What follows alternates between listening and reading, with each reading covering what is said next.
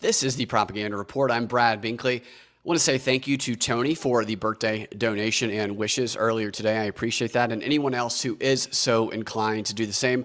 All the ways to donate and help out the show are in the links in the bio section of my Twitter profile. tinyurl.com/propshow is one. propreport.locals.com is another. Patreon.com/propaganda report. You can also subscribe there. At those two locations, those platforms, you get the audio version of the show ad-free. I take out all of the ads for subscribers, and you also get access to the weekly show that I do with Austin Picard and Sam Tripoli called Whatever This Is, which is a fantastic show. And if you're not a subscriber, you can help out the show by allowing, and you're listening on your podcast app, you can allow the ads to play through. We don't get anything if the ads are skipped, so that helps us out as well. You can also share the show with your friends. That can be a wonderful birthday gift for me. Share it with a buddy who won't run screaming from it. Leave a 5-star review and a comment that warms my heart. All of those things help us immensely, and I appreciate all of the support you guys have given and continue to give. Let's start the show. I hope this mic is okay. I'm not in my normal setup, as you can tell, and using a Rode Wireless Me. Free advertising for Rode here I'm giving them. Nevertheless, let's do this. In The Art of War, Sun Tzu said, "If you know the enemy and you know yourself, you need not fear the result of 100 battles. If you know yourself but not the enemy, for every victory gained, you will also suffer a defeat." Which is exactly why it's stupid to discourage people from reading the book Mein Kampf by Hitler. Why would you not want people to understand what's in that book if you want to prevent the rise of the next Hitler? Which is exactly why I did a show recently where Courtney Brooke joined me and we read through the war propaganda chapter in Mein Kampf, which Facebook did not like that. In fact, they put restrictions on my account. They warned me, threatened to take my account away altogether if I do anything else, some other infraction, for spreading dangerous symbols, is what they said. And they will no longer let me stream on their platform for committing the sin of trying to stop the rise of the next Hitler, by putting light on his propaganda tactics so that we can recognize them and not fall under their spell. But nevertheless, Facebook did not like that. Facebook, instead of wanting to stop the rise of the next Hitler, they would like to empower the rise of the next Hitler, and they want to censor people from reading this book so that we do not notice those manipulation tactics, and we are more easily bamboozled. So great job, Mark Zuckerberg, with your pro-free speech attitude that you claim to have now on Theo Von's podcast, looking like a weirdo with your MMA training. I don't care how much MMA training Mark Zuckerberg does. He's like a 5'7", insanely unathletic pussy. I'll fight him right now. I don't care. Nothing has changed about some of these platforms, despite the outward appearance that they are trying to put on. Nevertheless, what I'm going to do today is I'm going to read the war propaganda chapter in Mein Kampf. I'm going to read the whole chapter with a little bit of commentary sprinkled in. It's not that long because I think it's information that is good to know. A lot of it is reflected in other propaganda, and we see it out in the world. And I think a lot of people are confused. They think that Hitler and Goebbels were some propaganda geniuses. They were not. They copied their propaganda from the Brits and from us. And the World War I propaganda of Germany was so bad. I mean, it's universally considered to be bad. And that is attributed to why Germany lost the war, because the propaganda of the West was so much better. And Hitler studied it, and he talks about this in this book. Here we go. War Propaganda, Chapter 6, Mein Kampf, by Hitler. Ever since I have been scrutinizing political events, I have taken a tremendous interest in propagandist activity. I saw that the socialist Marxist organizations mastered and applied this instrument with astounding skill. And I soon realized that the correct use of propaganda is a true art which has remained practically unknown to the bourgeoisie parties. Only the Christian social movement, especially in Luger's time, achieved a certain virtuosity of this instrument, to which it owed many of its successes. But it was not until the war that it became evident what immense results could be obtained by a correct application of propaganda. Here again, unfortunately, all our studying had to be done on the enemy side, for the activity on our side was modest, to say the least. The total miscarriage of the German Enlightenment service stared every soldier in the face, and this spurred me to take up the question of propaganda even more deeply than before. There was often more than enough time for thinking, and the enemy offered practical instruction, which to our sorrow was only too good. For what we failed to do, the enemy did with amazing skill and really brilliant calculation. I myself learned enormously from the enemy war propaganda. But time passed and left no trace in the minds of all those who should have benefited, partly because they considered themselves to be too clever to learn from the enemy. Sound familiar? Not allowed to read this book on Facebook because they're too clever to learn from the enemy, partly owing to the lack of goodwill. Let me read that sentence again. But time passed and left no trace in the minds of all those who should have benefited, partly because they considered themselves too clever to learn from the enemy, partly owing to a lack of goodwill. Did we have anything you could call propaganda? I regret that I must answer in the negative. Everything that actually was done in this field was so inadequate and wrong from the very start that it certainly did no good and sometimes did actual harm. The form was inadequate. The substance was psychologically wrong. A careful examination of German war propaganda can lead to no other diagnosis. Propaganda analysts around the world, most in the United States, all came to this same conclusion long before Hitler did. So this isn't just him saying this is the point. There seems to have been no clarity on the very first question. Is propaganda a means or an end? It is a means and must therefore be judged with regard to its end. It must consequently take a form calculated to support the aim which it serves. It is also obvious. What did I say? Obvious? It is also obvious that its aim can vary in importance from the standpoint of general need, and that the inner value of the propaganda will vary accordingly. The aim for which we were fighting the war was the loftiest, the most overpowering. The aim for which we were fighting the war was the loftiest and most overpowering that man can conceive. It was the freedom and independence of our nation, the security of the future food supply. It was the freedom and independence of our nation, the security of our future food supply, and our national honor, a thing which, despite all contrary opinions prevailing today, nevertheless exist, or rather should exist, since peoples without honor have sooner or later lost their freedom and independence.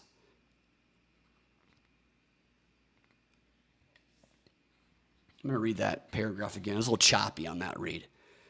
The aim for which we were fighting the war was the loftiest, the most overpowering that man can conceive. It was the freedom and independence of our nation, the security of our future food supply, and our national honor. A thing which, despite all contrary opinions prevailing today,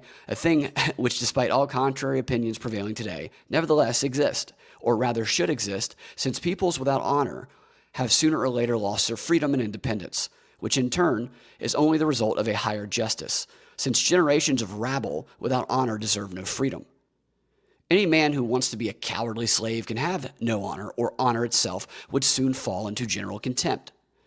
The German nation was engaged in a struggle for a human existence, and the purpose of the war propaganda should have been to support this struggle. Its aim, to help bring about victory. The German nation was engaged in a struggle for a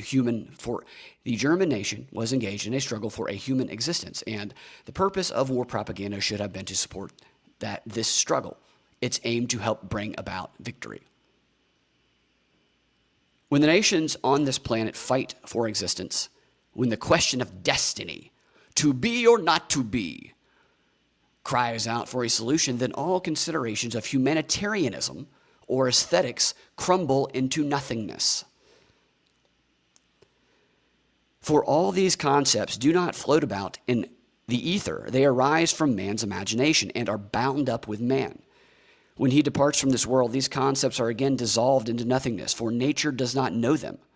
And even among mankind, they belong only to a few nations, or rather races, and this in proportion as they emanate from the feeling of the nation or race in question.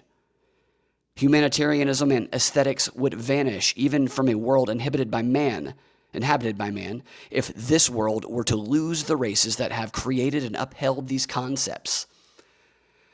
But all such concepts become secondary when a nation is fighting for its existence. In fact, they become totally irrelevant to the forms of the struggle as soon as a situation arises where they might paralyze a struggling nation's power of self-preservation. And that has always been their only visible result. As for humanitarianism, Moltke, probably didn't say that right, M-O-L-T-K-E, said years ago that in war it lies in the brevity of the operation. As for humanitarianism, Moltke said years ago that in war it lies in the brevity of its operation. And that means that the most aggressive fighting technique is the most humane. But when people try to approach these questions with drivel about aesthetics, really only one answer is possible. Where the destiny and existence of a people are at stake, all obligation towards beauty ceases. The most unbeautiful thing there can be in human life is and remains the yoke of slavery. Or do these Schwabing descendants view the present lot of the German people as aesthetic? Certainly, we don't have to discuss these matters with the Jews, the most modern inventors of this cultural perfume. Their whole existence is an embodied protest against the aesthetic of the Lord's image. Hitler was not religious. He plays like he is, some in this book. But this book, in and of itself, is a propaganda product as well. And since these criteria of humanitarianism and beauty must be eliminated from the struggle, they are also inapplicable to propaganda. Propaganda in the war was a means to an end, and the end was the struggle for the existence of the German people. Consequently, propaganda could only be considered in accordance with the principles that were valid for this struggle. In this case, the most cruel weapons were humane, if they brought about a quicker victory, and only those methods were beautiful which helped the nation to safeguard the dignity of its freedom. You see the rationalization for inhumanity here? This was the only possible attitude toward war propaganda in a life and death struggle like ours. If the so-called responsible authorities had been clear on this point, they would never have fallen into such uncertainty over the form and application of this weapon. For every propaganda is no more than a weapon, though a frightful one in the hand of an expert. That's true. The second really decisive question was this: to whom should propaganda be addressed? To the scientifically trained intelligentsia,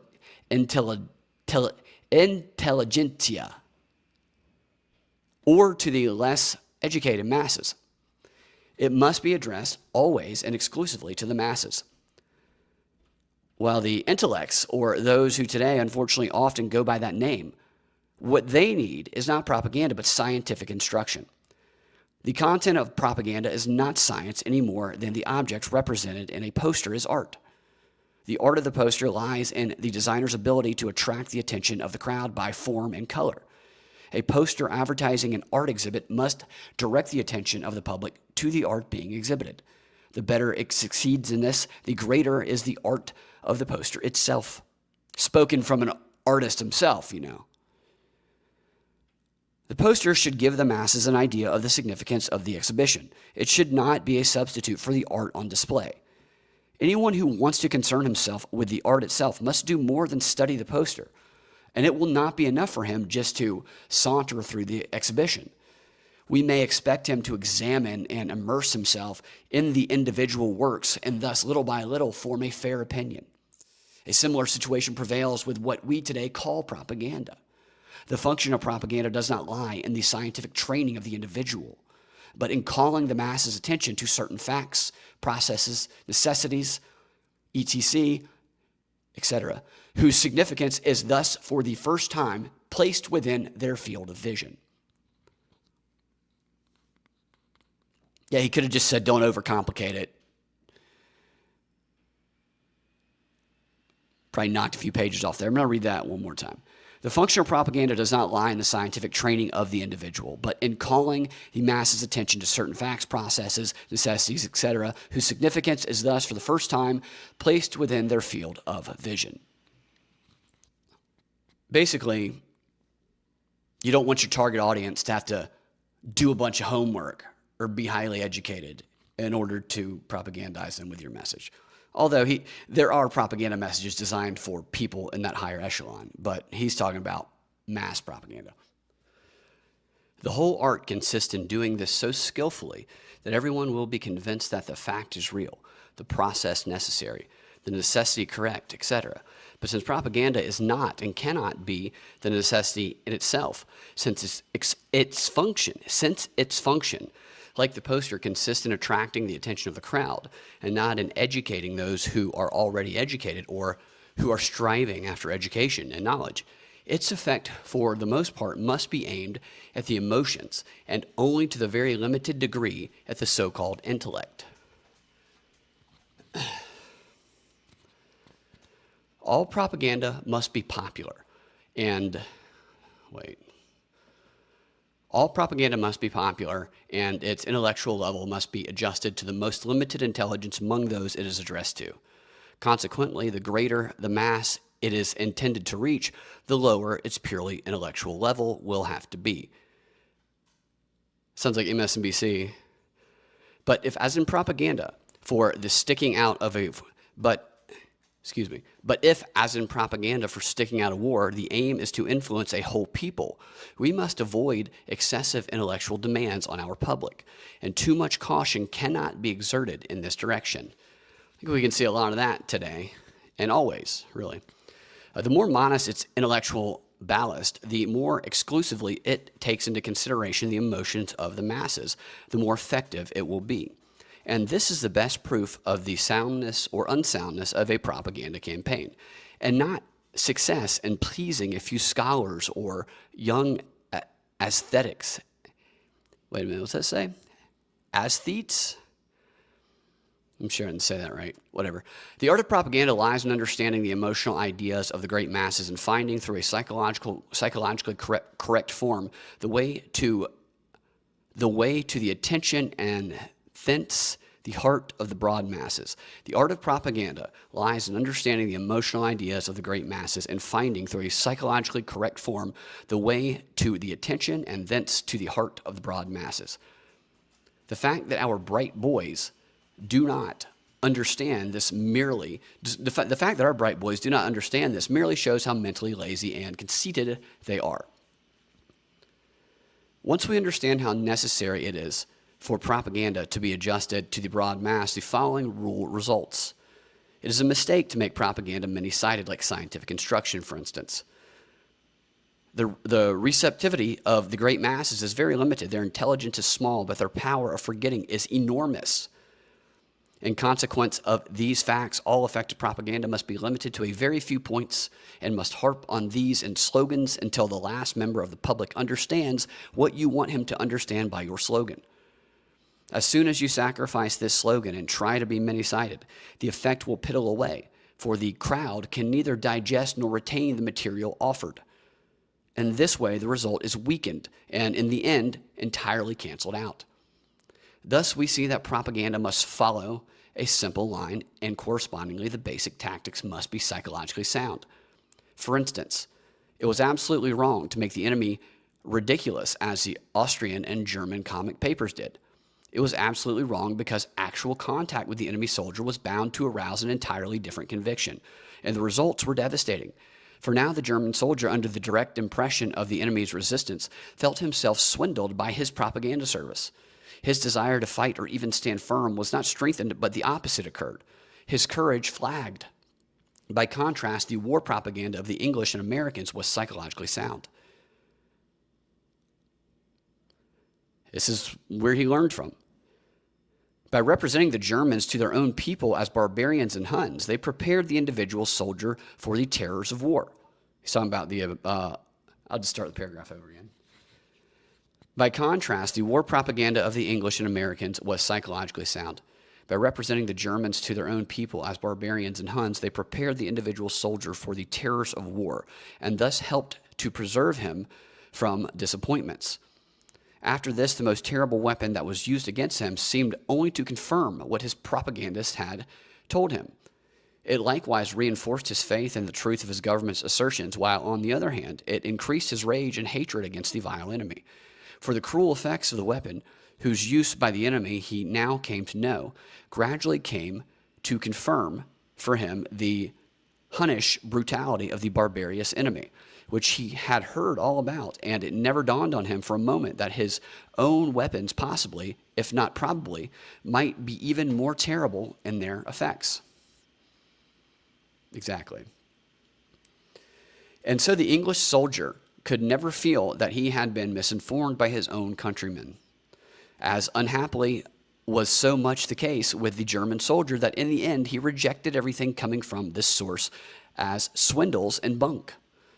All this resulted from the idea that any old simpleton, or even somebody who is intelligent in other things, or was intelligent, could be assigned to propaganda work.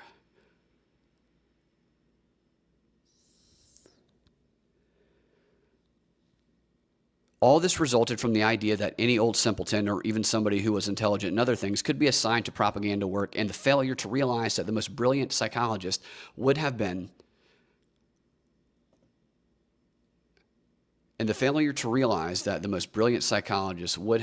none too good. And so the German war propaganda offered an unparalleled example of an Enlightenment service working in reverse, since any correct psychology was totally lacking. There was no end to what could be learned from the enemy by a man who kept his eyes open, refused to let his perceptions be ossified, and for 4.5 years privately turned the storm flood of enemy propaganda over in his brain. What our authorities least of all understood was the very first axiom of all propagandist activity, to wit, the basically subjective and one-sided attitude it must take towards every question it deals with. In this connection, from the very beginning of the war and from top to bottom, such sins were committed that we were entitled to doubt whether so much absurdity could really be attributed to pure stupidity alone. What, for example, would we say about a poster that was supposed to advertise a new soap and that described other soaps as good? We would only shake our heads. Exactly the same applies to political advertising. The function of propaganda is, for example, not to weigh and ponder the rights of different people, but exclusively to emphasize the one right which it has set out to argue for. Its task is not to make any objective study of the truth, insofar as it favors the enemy, and then set it before the masses with academic fairness. Its task is to serve our own right always and unflinchingly. It was absolutely wrong to discuss war guilt from the standpoint that Germany alone could not be held responsible for the outbreak of the catastrophe. It would have been, I'm going to read that again. It was absolutely wrong to discuss war guilt from the standpoint that Germany alone could not be held responsible for the outbreak of the catastrophe. It would have been correct to load every bit of blame on the shoulders of the enemy, even if this had not really corresponded to the true facts as it actually did. And what was the consequence of this half-heartedness? The broad mass of a nation does not consist of diplomats or even professors of political law or even individuals capable of forming a rational opinion. It consists of plain mortals, wavering and inclined to doubt and uncertainty. As soon as our own propaganda admits so much as a glimmer of right on the other side, the foundation for doubt in our own right has been laid. The masses are then in no position to distinguish where foreign injustice ends and our own begins. In such a case, they become uncertain and suspicious, especially if the enemy refrains from going in for the same nonsense, but unloads every bit of blame on his adversary. Isn't it perfectly understandable that the whole country ends up by lending more credence to enemy propaganda, which is more unified and coherent than to its own? And particularly a people that suffers from the mania of objectivity as much as the Germans. For after all this, everyone will take the greatest pains to avoid doing the enemy any injustice, even at the peril of seriously besmirching and even destroying his own people and country. Of course, this was not the intent of the responsible authorities, but the people never realized that. The people in their overwhelming majority are so feminine by nature and attitude that sober reasoning determines their thoughts and actions far less than emotion and feeling.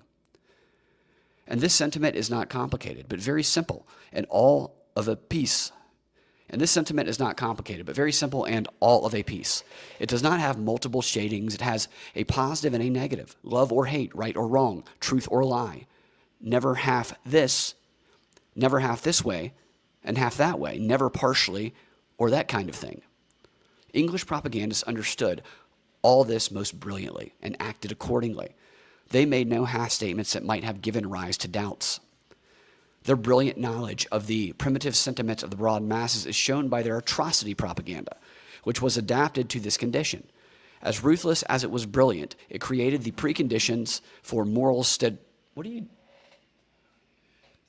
Or my dog just moved the couch for some reason. You moving the couch, Edmund?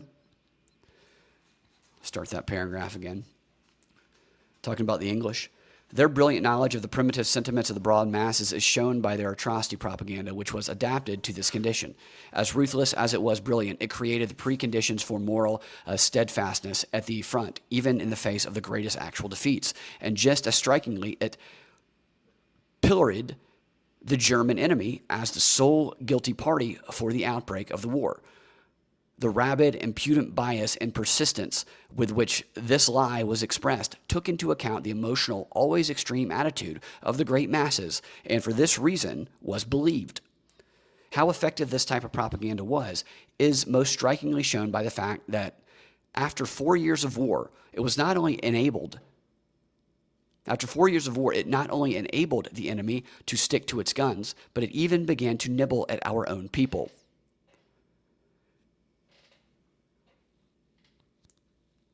Edmund, stop, buddy. Get out of there. It need not surprise us that our propaganda did not enjoy this success. In its inner ambiguity,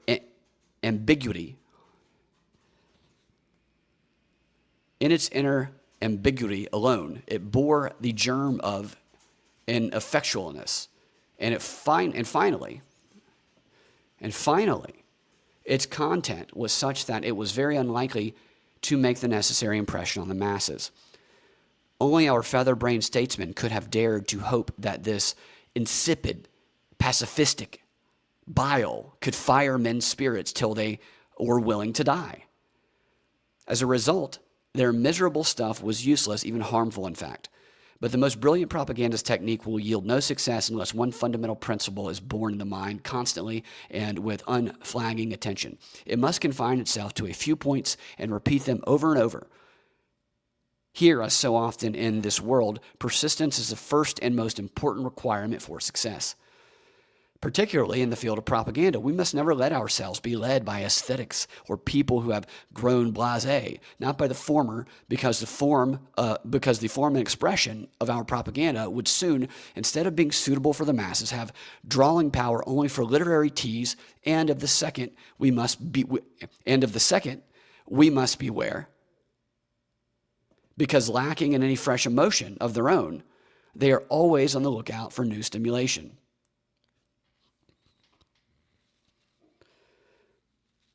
I'm going to read that again. Particularly in the field of propaganda, we must never let ourselves be led by aesthetes or people who have grown blasé. Not by the former, because the form and expression of our propaganda would soon, instead of being suitable for the masses, have drawing power only for literary tease. And of the second, we must beware, because lacking in any fresh emotion of their own, they are always on the lookout for new stimulation.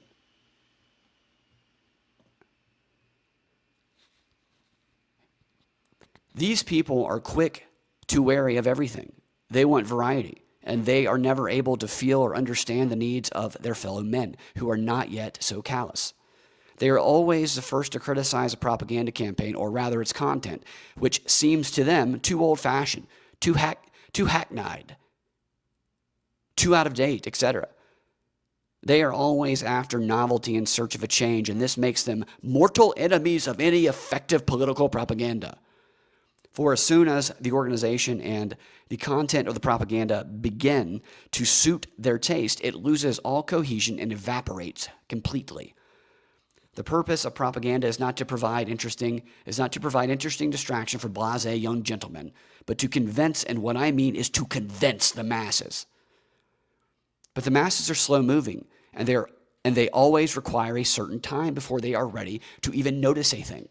And only after the simplest ideas are repeated thousands of times will the masses finally remember them. When there is a change, it must not alter the content of what the propaganda is driving at, but in the end must always say the same thing. For instance, a slogan must be presented from different angles, but the end of all remarks must always and immutably be the slogan itself.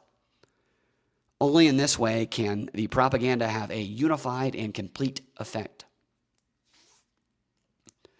This broadness of outline from which we must never depart, in combination with steady, consistent emphasis, allows our final success to mature.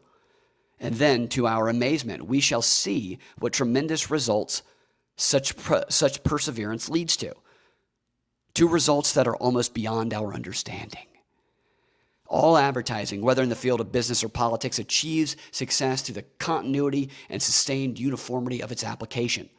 Here, too, the example of enemy war propaganda was typical, limited to a few points, devised exclusively for the masses, carried on with indefatigable persistence. It's an interesting word. I don't think I've ever seen that word. Once the basic ideas and methods of execution were recognized as correct, they were applied throughout the whole war without the slightest change. At first, the claims of the propaganda were so impudent that people thought it insane. Later, it got on people's nerves, and in the end, it was believed. After 4.5 years, a revolution broke out in Germany, and its slogans originated in the enemy's war propaganda, like a color revolution.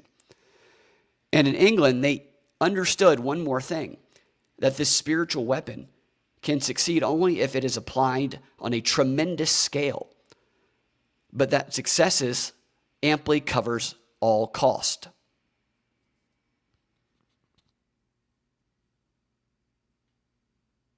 Their propaganda was regarded as a weapon of the first order, while in our country it was the last resort of unemployed politicians and a comfortable haven for slackers. And as was to be expected, its results, all in all, were zero. And that's it. That's the end of the chapter. He talks about propaganda throughout the whole book. I'll read some more chapters of this, maybe one a week or something like that, before I get kicked off of every single platform simply for trying to stop the rise of the next Hitler by putting light on it. Anyway, thanks for hanging out with me. Thanks for listening, watching. Thanks for my phone buzzing. I'm like one of these easily distracted blasé people right now that Hitler's talking about. It's an interesting read, for sure. And, as long as people aren't the type of person to get swallowed up in the cult of Hitler, I think it's probably a good thing for everybody to read.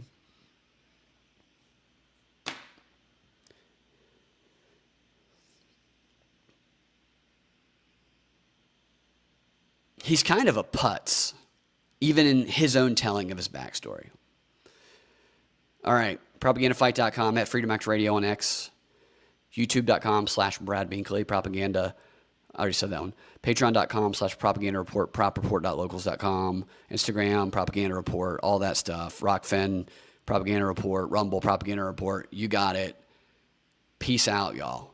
Have a fantastic rest of your day.